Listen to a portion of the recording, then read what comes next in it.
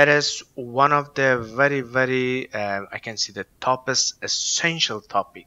If you claim as a network engineer, if you claim that you're a network engineer, you're a wireless network engineer, wireless network architect, ask some of your friends who have done their CCNA, CCNA security, CCIE or so on.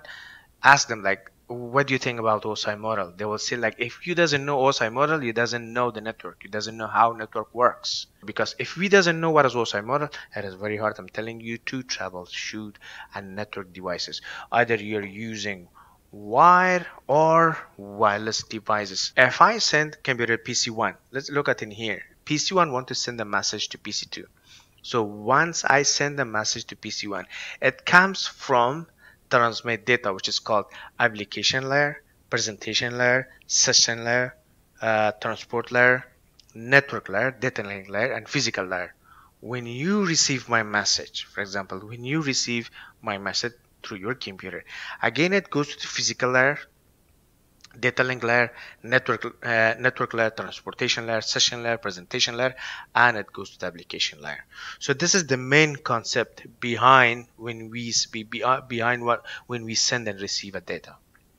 Any data, even if you type A and send it to a friend of you.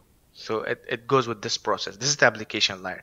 I mean, you have to know this process. It goes in the background. We're going to discuss about the TCP OSI with the TCP more as well. Okay. Let's go with more details about the OSI model. If you look at the left pillar, we have we can say host layers and media layers. We have a host layers and media layers. Remember that in a layer type, data unit, layers, and function. The first layer, remember that the first layer of OSI model is a physical layer. The media, the signal, when you receive a Wi-Fi, this is a media signal with binary transmission. The data, the cable, this is a coaxial cable, so this is also called a physical layer. So it's a combination of media, signal, and we can say binary transmission. What is binary transmission? It's a 0 and 1. If you guys are familiar about the A+ hardware and so on, you know what I mean.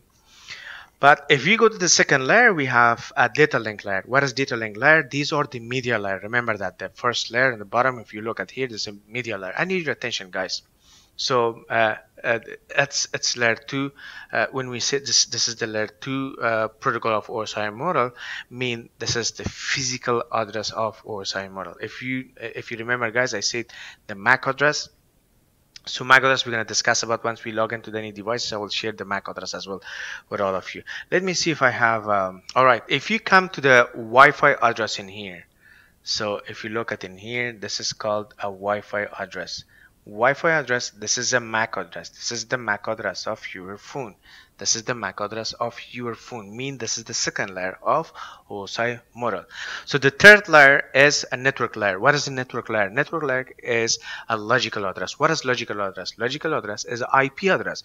The IP address that we have, that is a logical address. So the first layer is a physical layer, the second layer is data link layer, and the third layer is network layer. The first is bit, the second is frame, and the third is packet. Mean our data transfer from bit to frame, from frame to packet, from packet to segment, from segment to data. Remember that. So if you look at in here, so from physical layer to data link layer to network layer, it turns to the bit. It encapsulates the process behind the OSI model. It comes to the bit. I receive a bits. It's a 0, 1. It's a binary bits. Now I transfer this one to the data link layer. It should encapsulate to the frame. It turns out to the frame now. My data is encapsulated, but it's frame. Now and after that, it goes to the packet. It goes to the third layer of OSI model. Mean now it turns to the packet. It goes into the packet layer, and after that, it goes to the segmentation. So it goes to this segmentation, which is called transport layer, end-to-end connection and reliability. So this is the one of the most we can say layers of OSI model, that it establishes connection between point A and point B. If the fourth layer of OSI model does not exist in your communication, there's no communication. It's not. So now let's talk about the host layer. So the fifth layer of OSI model is session. It is, we can say, inter-host communication. It is a session for inter-host communication. The sixth layer is a presentation layer, is encapsulation and data representation. Encapsulation, decapsulation, compressing, decompressing. If I send you a compressed file and you are not able to access the compressed file, it's all because of the application layer of the OSI model. I did not send you the proper information or so on. If I send you an encryption file, in order to decrypt it, if you're not able to access the decryption, so in order to troubleshoot, means like I did not send you the proper information for you, so you will ask, hey, do you want to send me back again, because I'm not able to decrypt it. So it's a lot of things, but the last but not least is the seventh, the last layer of OSI model as an application layer, as a communication application like HTTP, HTTPS, and so on.